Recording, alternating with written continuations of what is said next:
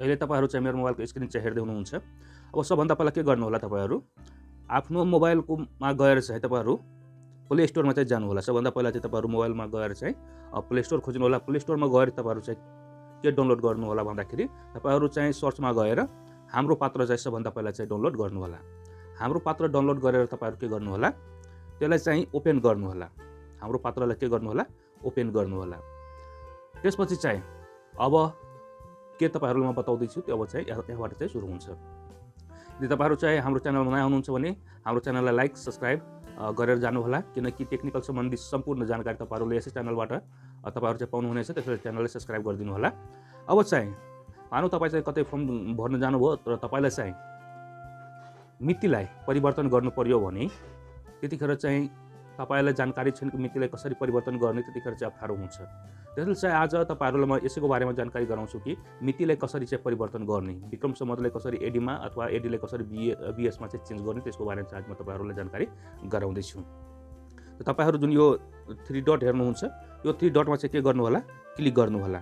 यसमा क्लिक गर्नुहुन्छ भने अब चाहिँ तल जानु होला। तल आएर चाहिँ तपाईहरु यहाँ चाहिँ मिति परिवर्तन भन्ने अप्सन चाहिँ यहाँ हेर्नुहुन्छ। मिति परिवर्तन भन्ने अप्सन यहाँ चाहिँ दिएको छ। यसमा चाहिँ तपाईहरु के गर्नु होला क्लिक गर्नु होला। यसमा क्लिक गरेर चाहिँ अब यहाँ तपाईहरु हेर्नुहुन्छ दुईटा दिएको छ। एउटा चाहिँ एडीलाई बीएसमा, अर्को चाहिँ बीएसलाई चाहिँ केमा एडीमा कन्भर्ट गर्नको लागि दुईटा चाहिँ अप्सन दिएको छ। अब यताबाट चाहिँ सजिलै चाहिँ के हुन्छ भने हामी कन्भर्ट गर्न सक्छौं। अब जस्तै कसैको चाहिँ जन्ममिति नेपालीमा छ भने यसलाई एडीमा चेन्ज गर्दाखेरि मानौ कसैको जन्म मिति चाहिँ विक्रम सम्वतमा छ भने अब तपाईहरु यहाँ 2080 अहिले चाहिँ हेर्नुहुन्छ त त्यसमा चाहिँ क्लिक गर्नु होला। क्लिक गरेर चाहिँ मानौ कसैको जन्म 2007 साल अथवा 2036 साल 2053 साल 54 साल मान 2056 सालमा भएको छ, चैत महिना हैन असोज महिना भएको छ, 10 गते भएको छ भने यसलाई हामीलाई केमा कन्भर्ट गर्नु छ त एडीमा। यहाँ तपाईहरु हेर्नुहुन्छ एडीमा लेख्नुहोस् भनेर चाहिँ दिएको छ। अब चाहिँ के गर्नु होला यसमा तपाईहरु क्लिक गर्नु होला। यसमा चाहिँ के गर्नु होला क्लिक गर्नु होला। अब चाहिँ के आयो 1979 सेप्टेम्बर 27 1979 सेप्टेम्बर 27 मन्डे चाहिँ आइसक्यो है। यो चाहिँ नेपालीलाई चाहिँ इंग्लिशमा कन्भर्ट गरेको है।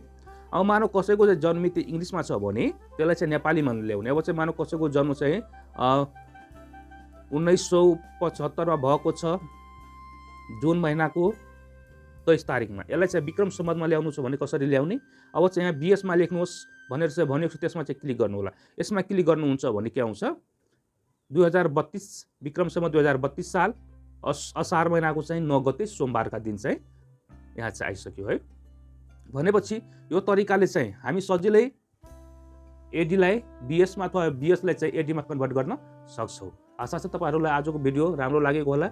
यदि अहिलेसम्म तपाईहरुले चाहिँ हाम्रो च्यानललाई सब्स्क्राइब गर्नुभएको छैन भने कृपया जानुभन्दा अगाडि हाम्रो यस च्यानललाई लाइक शेयर सब्स्क्राइब कमेन्ट गरेर जानु होला।